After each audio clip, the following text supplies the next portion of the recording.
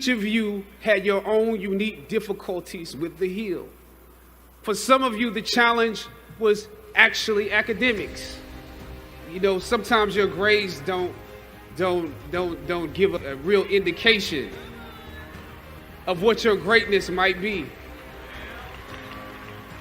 So it really is okay. For others, it was financial. You and your family struggled to make ends meet every semester of your matriculation. You had to stand in one line to get to another line, to get to another line for somebody that might help you.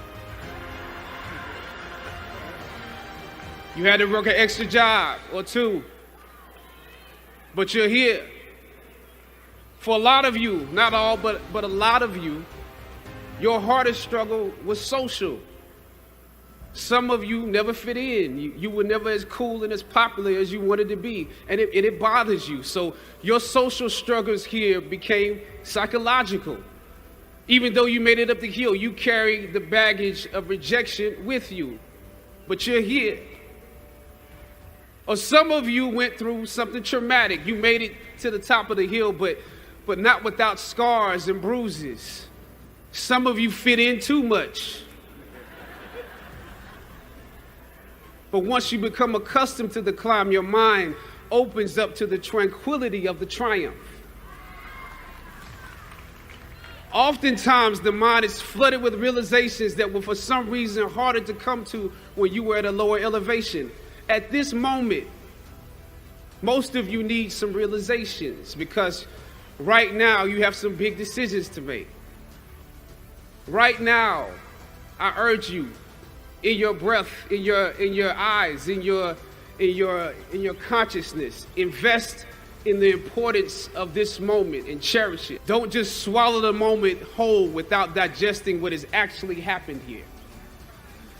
Look down over what you conquered and appreciate what God has brought you through.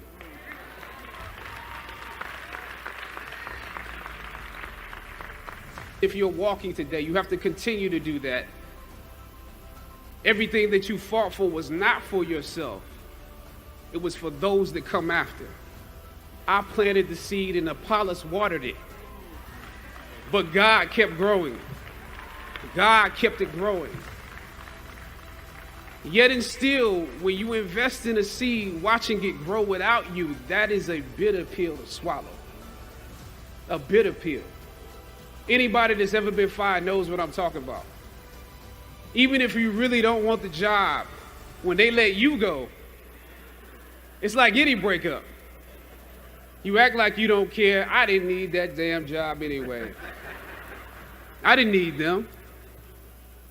But when you have those moments alone, you start to wonder if there was a better way to handle it. And if you could have handled it better, maybe you could help your family. And then before you know it, you're broke. And you find yourself scraping together change just so you can ride the subway so that you can get the next job. And maybe if you could book something else, that would eclipse the feeling of doubt that's building. But it seems like you can't pay them to hire you. Sometimes you need to get knocked down before you can really figure out what your fight is and how you need to fight it.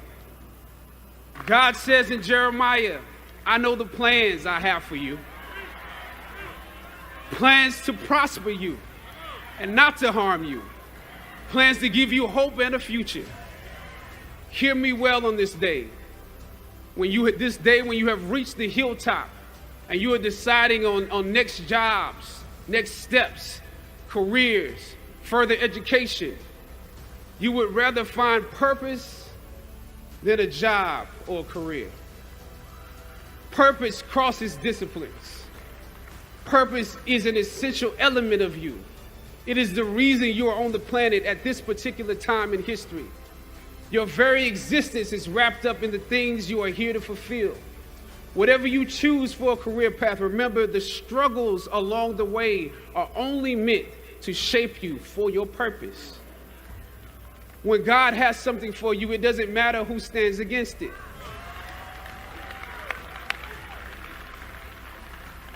God will move someone that's holding you back away from a door and put someone there who will open it for you. If it's meant for you,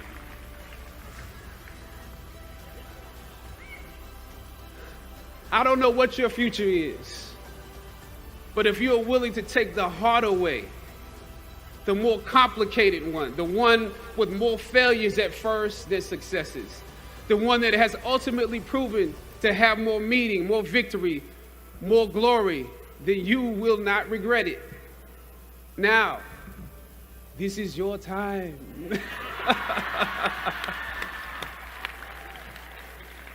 The light of new realization shines on you today.